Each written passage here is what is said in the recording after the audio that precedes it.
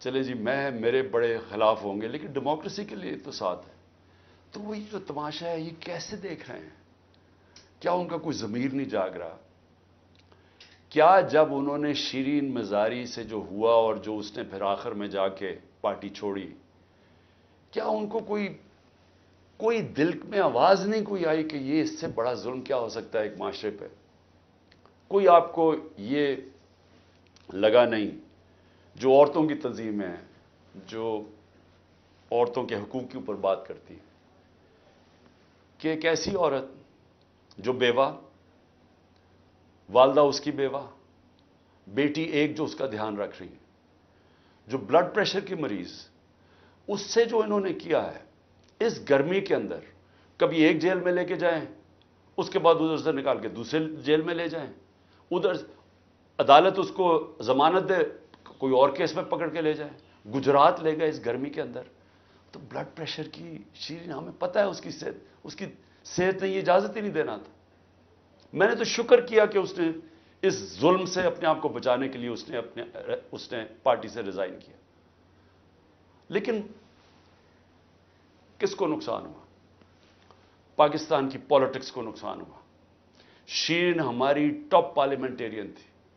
میری کیبنٹ کے اندر وہ منسٹر تھی جو جس طرح وہ پڑھ لکھ کے ایک ایک ایشو کے اوپر آتی تھی، کوئی اور کیبنٹ منسٹر، ایک ہماری ڈاکٹر ثانیہ تھی، کہ اتنی محنت کر کے کبھی کیبنٹ میٹنگ میں نہیں آئی جو شیرین آتی تھی. اس کے علاوہ سارے اس کے دشمن بھی جانتے ہیں کہ وہ ایک محب وطن پاکستانی، وہ کبھی بھی اینٹی پاکستان کا نہیں سوچ سکتی تھی. شیرین مزاری جان دے دے لیکن وہ ایک پاکستانی، پاکستان کی ہر کاز کے لیے کھڑی ہوتی تھی. جو لوگ اس کو الٹرا نیشنلسٹ کہتے تھے، کئی دفعہ وہ کئی ناراض ہو جاتے تھے کہ وہ بڑی سخت باتیں کرتی تھی، لیکن وہ نظریاتی عورت تھی. تو اس سے نقصان تحریک انصاف کو تو چلے ہوا، لیکن پاکستان کی سیاست کو اور جمہوریت کو نقصان پہنچا. اور عورتوں کو، بڑی کم عورتوں کے اندر اس طرح کی صلاحیت ہے پاکستانی پالیٹکس میں جو شیرین میں تھی.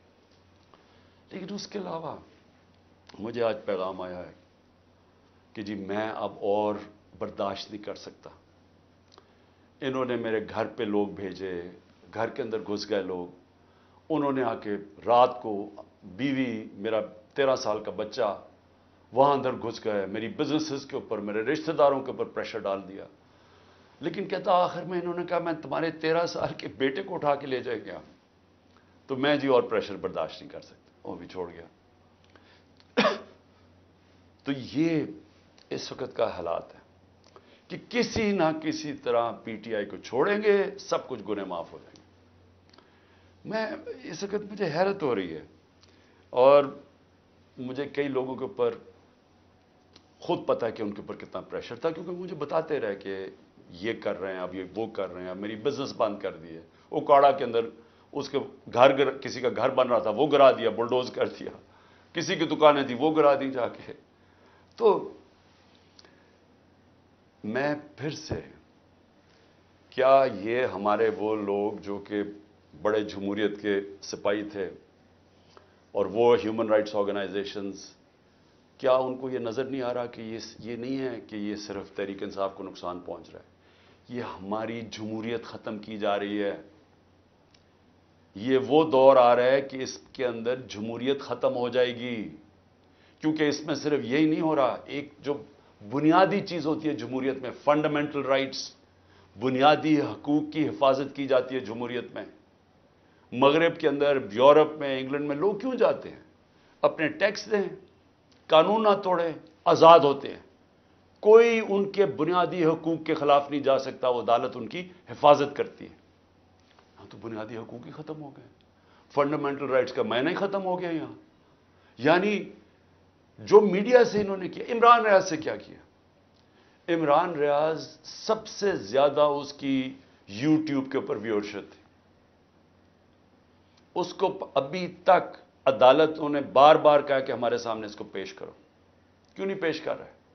مجھے خوف ہے کہ اس کے اوپر تشدد اتنا کیا ہوگا کہ وہ عدالت میں لاتے ہوئے سے ڈر رہے ہیں. یہ ارشد شریف کے بعد یہ دوسرا ہے.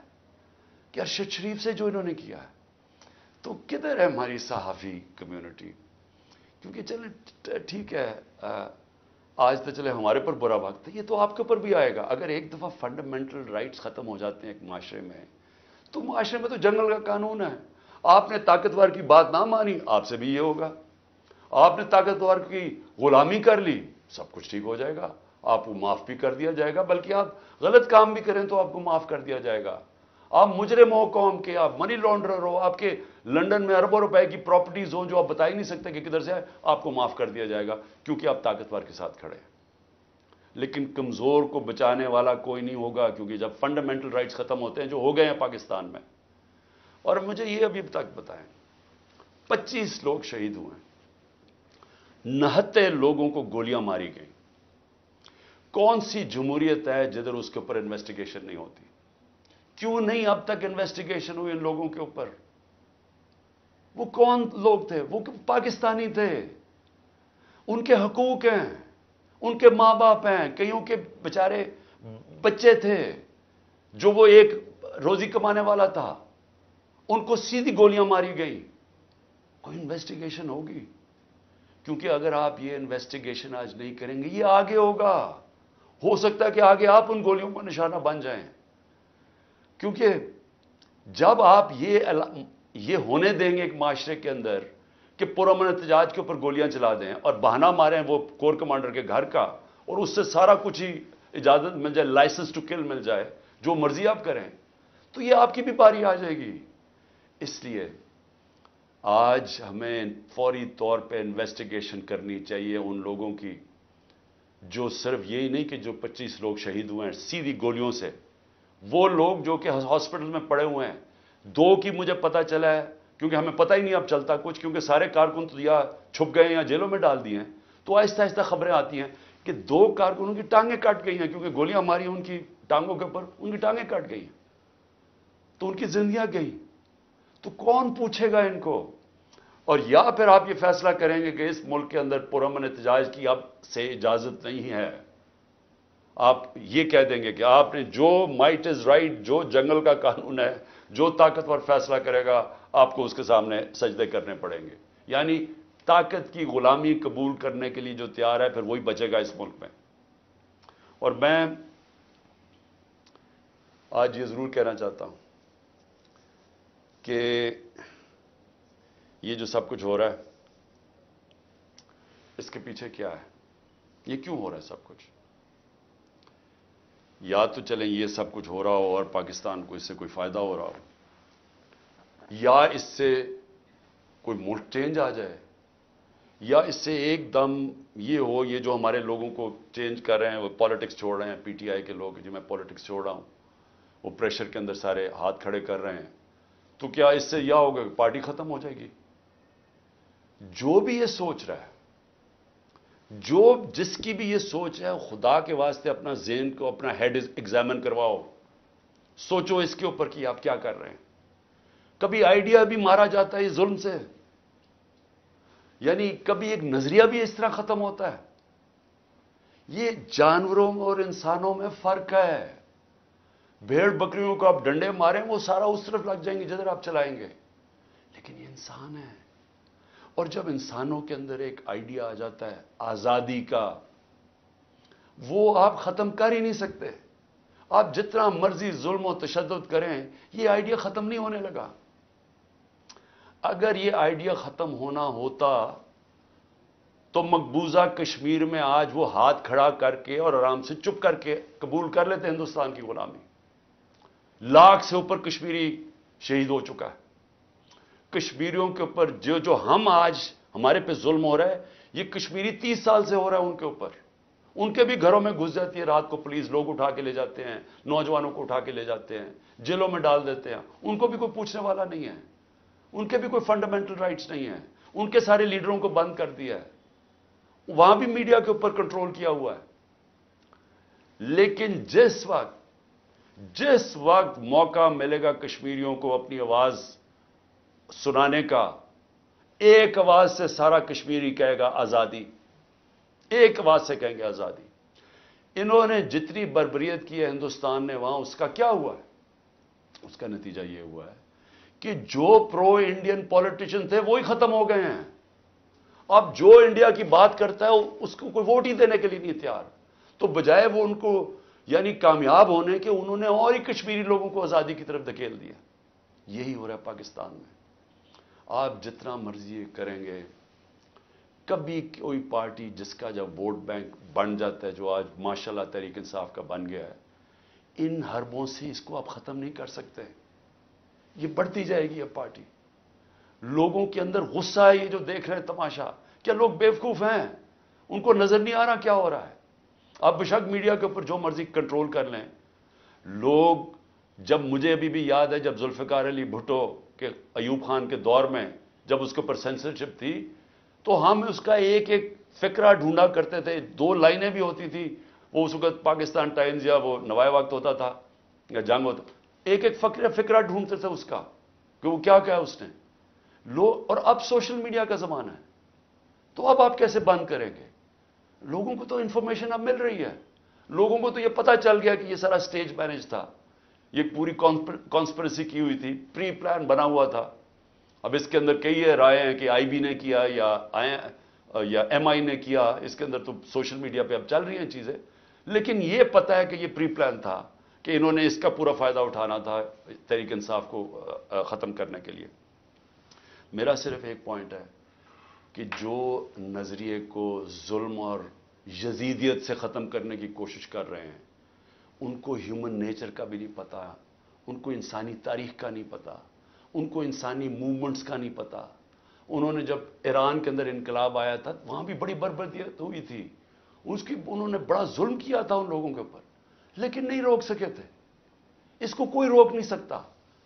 میری یہ بات مان لیں, اس وقت یہ سارے لوگوں کو آپ پکڑتے جائیں, ہمارے سارے پارٹی کے, اور میں ویسے آج سلام کرتا ہوں ان لوگوں کو کہ اتنے پریشر کے باوجود ہماری لیڈرشپ کھڑی ہے آج, کہتی نہیں ہم تحریک انصاف میں.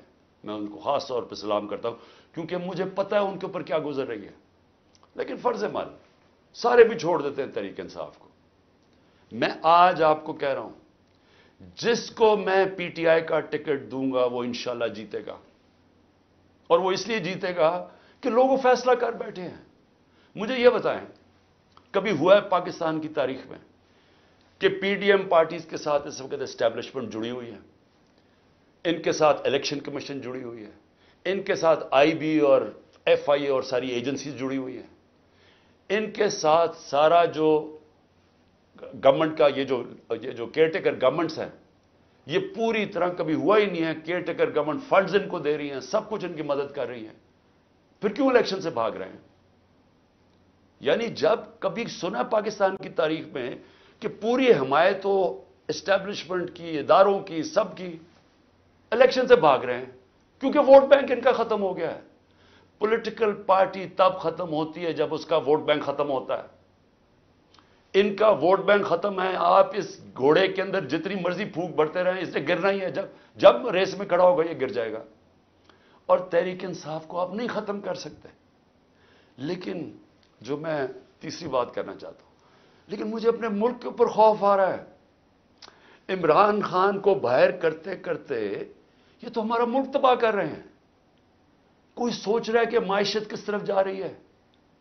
کوئی اب تنخواہ دار طبقے سے کسی نے پوچھا, اب یہ بل آئیں گے بجلی کے, ان سے ذرا پوچھا کہ وہ کیسے بل دیں گے؟ کبھی کسی نے پوچھا ہے کہ جو 100 روپیہ تھا ہمارے دور میں جب ہم چھوڑ کے گئے ہیں, وہ صرف 50 روپے اس کی قیمت, خریدار قیمت رہ گئی ہے. تو اس مہنگائی کے اندر کسی نے پوچھا ہے کہ اس ملک کا کمزور طبقہ کیسے گزارا کر رہا ہے؟ کمزور طبقہ چھوڑے, میں تنخواہ دار طبقے کی اب بات کر رہا ہوں جن کو اچھی خاصی تنخواہیں ملتی ہیں. وہ سوچے وہ کیسے گزارا کر رہے ہیں. اور سوچا ہے کہ اس وقت ہمارے جو پروفیشنلز ہیں جو دنیا میں کہیں بھی نوکری کر سکتے ہیں, 9 لاکھ پروفیشنل ملک چھوڑ کے چلے گئے. اس کی کوئی اندازہ ہے کہ یہ کتنا بڑا نقصان ہے؟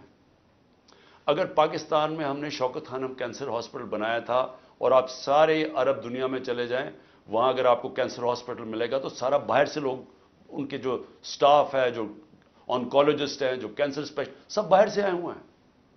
پاکستان میں کیوں ہم بنا سکے انٹرنیشنل کیلیبر کا ہاسپٹل؟ کیونکہ کوالیفائڈ پاکستانی باہر سے آئے تھے یہاں کام کرنے کے لیے. اب وہ لوگ باہر جانے کا سوچ رہے ہیں. 10% ہمارے کنسلٹنٹ چھوڑ کے جا رہے ہیں. اور اگر یہ میں اپنی انسٹیٹیوشن کی بات کر رہا ہوں تو مجھے بتائیں باقی جگہ کیا ہو رہا ہوگا. جب اس ملک کے پروفیشنلز پڑھے لکھے لوگ چھوڑ کے ملک جا رہے ہیں, سوچیں یہ ملک کدھر جا رہا ہے. اور دوسرا, ڈالر جا رہے ہیں ملک سے باہر, سب ڈالر باہر بھیج رہے ہیں. اس وقت کوئی سرمایہ کاری نہیں ہو رہی, لوگ ڈالر خرید رہے ہیں. 300 سے زیادہ تو روپیہ ڈالر ہو گیا پاکستان میں. کیا اس کا اندازہ ہے کہ اب ملک کے اوپر کیا ہونے والا ہے؟ نہ کوئی انویسٹمنٹ آ رہی ہے, کوئی سرمایہ کاری نہیں آ رہی, نہ پاکستان کے اندر کوئی سرمایہ کاری کرنا چاہتا ہے نہ باہر. وہ ڈالر پکڑ کے بیٹھ گئے ہیں. نہ باہر سے کوئی کمرشل بینک پیسے دینے کے لیے تیار ہے, نہ باہر سے کوئی انویسٹر آنے کے لیے تیار ہے. اور سارے جو پاکستان کے ہم ریکارڈ انڈیکیٹرز چھوڑ کے گئے تھے, ریکارڈ پہ ایکسپورٹس تھی, آج ایکسپورٹس گر رہی ہیں. ریکارڈ پہ ریمیٹنسز تھی, وہ آج ریمیٹنسز گر رہی ہیں. ریکارڈ ٹیکس کلیکشن تھی, آج ٹیکس کلیکشن گر رہی ہے. آئی ٹی 75% ہماری ایکسپورٹس بڑی تھی. فیوچر ٹیکنالوجی کا وہ آج نیچے چلی گئی ہیں. آج جو ہمارا جو کسان ہے, ذرا اسے پوچھے تو صحیح کہ اس کے کیسا گزارا ہو رہا ہے. کتنا پیسہ تب بن رہا تھا, آج وہ کتنا پیسہ بنا رہا ہے. کیونکہ مہنگائی اتنی ہو گئی ہے کہ اس کے پاس اب ہاتھ میں اتنا پیسہ ہی نہیں ہے. جتنا کسان کے پاس پیسہ آئے گا وہ زمین پہ لگائے گا. کبھی پوچھا ہے کہ جو پروڈکشن سینٹر ہیں جس سے دولت بنتی ہے, جس کی وجہ سے آپ نے قرضے واپس کرنے ہیں, جو ہے انڈسٹری بند ہو رہی ہے. آج بے روزگاری پھیل رہی ہے. ریکارڈ انڈسٹریل پروڈکشن تھی ہماری, 10.4% لارج سکیل مینوفیکچرنگ تھی ہمارے آخری مہینے میں, آج وہ گر رہی ہے. آج جو سب سے خوفناک چیز ہے کہ جب آپ کے باہر سے ڈالر کم آ رہے ہیں, جب آپ کے ڈالر کم آنے شروع ہو گئے ریمیٹنسز اور ایکسپورٹس کے, اس کا کیا ہوگا؟ قرضے بڑھتے جا رہے ہیں, ڈالرز کم ہوتے جا رہے ہیں. آج جتنا پاکستان اپنا ٹیکس میں پیسہ اکٹھا کرتا ہے, یہ سن لیں پاکستانیوں, جتنا ہم ٹیکس میں پیسہ اکٹھا کرتے ہیں سارا قرضوں کے اوپر سود پہ چلا جاتا ہے. ملک پھر قرضوں پہ چل رہا ہے. اب ریکارڈ قرضہ لے رہے ہیں ہم, سود ادھر پہنچ گیا ہے قرضوں کے اوپر کہ سارا ہی ہمارا ٹیکس کا پیسہ اب سود میں چلا جائے گا. تو میں یہ سوچنے کی کوشش کر رہا ہوں کہ کیا یہ جو لوگ یہ فیصلے کر رہے ہیں کہ عمران خان کو باہر رکھو, کیا ان کو نہیں نظر آ رہا کہ پاکستان ڈوب رہا ہے؟ کیا ان کو نہیں نظر آ رہا کہ ان کے پاس روڈ میپ ہی کوئی نہیں ہے؟ میں آج میں کمیٹی بنانے کے لیے تیار ہوں, ایک مذاکراتی کمیٹی. کسی سے بھی, وہ جو بھی اس وقت طاقتور لوگ ہیں, میں ان سے جا کے وہ بات کریں. وہ 2 چیزیں کر لیں, کیونکہ اور تو ابھی مجھے تو سمجھ نہیں آ رہی. ہم نے بڑی کوشش کی بات کرنے کی, جو یہ پہلے لوگ تھے وہ عجیب باتیں کرتے تھے کہ جی ہم تو اکتوبر میں الیکشن کروائیں گے. کیوں جی اکتوبر میں الیکشن کروائیں گے؟ بولے نا, وہ اس لیے کروائیں گے کہ یہ انہوں نے کرنا تھا ہمارے ساتھ. جب کرش ہو جائے گی تحریک انصاف تو تب الیکشن کروائیں گے, اور ان کے پاس کوئی جواب ہی نہیں تھا. میں یہ کمیٹی بناتا ہوں, میں 2 چیزیں کہتا ہوں, 2 چیزیں کرتے ہیں. اگر اس کمیٹی کو یہ بیٹھ کے کہہ دیں کہ جی عمران خان کے بغیر پاکستان بہتر ہو جائے گا اور آپ کے پاس کوئی سلوشن ہے, میں پھر سے کہتا ہوں کہ اس ملک کی خاطر میں چھوڑ دیتا ہوں, میں پیچھے ہٹ جاتا ہوں. اگر آپ یہ کمیٹی کو سمجھا دیں کہ میرے بغیر ملک بہتر چلے گا, چلے میں ملک کی خاطر یہ بھی چھوڑنے کے لیے تیار ہوں. یا دوسری چیز, یا اس کمیٹی کو یہ کہہ دیں کہ اکتوبر میں الیکشن کروانے سے پاکستان کو کیا فائدہ ہے. یہ تو ہمیں سمجھ آ رہی ہے کہ اکتوبر تک تحریک انصاف کو ان کا خیال ہے کرش کر دیں گے, لیکن پاکستان کو کیا فائدہ ہے؟ ہم کیوں اکتوبر تک انتظار کر رہے ہیں جب ملک نیچے جا رہا ہے؟ یا یہ 2 چیزیں کنونس کر دیں. میں اس کی کمیٹی بناؤں گا, میں انشاءاللہ کل اناؤنس کر دوں گا. لیکن میں آج آخر میں 2 چیزوں پہ ختم کرتا ہوں. ایک تو آخر میں تو میں القادر کے اوپر بات کرنا چاہتا ہوں, جو 4 گھنٹے میں 4.5 گھنٹے مجھے نیب میں بٹھایا کل انہوں نے, اس کے اوپر بات کرنا چاہتا ہوں. لیکن اس سے پہلے میں اپنے سپریم کورٹ کے ججز سے آج اپنی قوم کی طرف سے اپیل کرتا ہوں. دیکھیں, آپ اس وقت ہماری آخری امید ہے. پاکستان میں اب رول آف لا ختم ہو چکا ہے.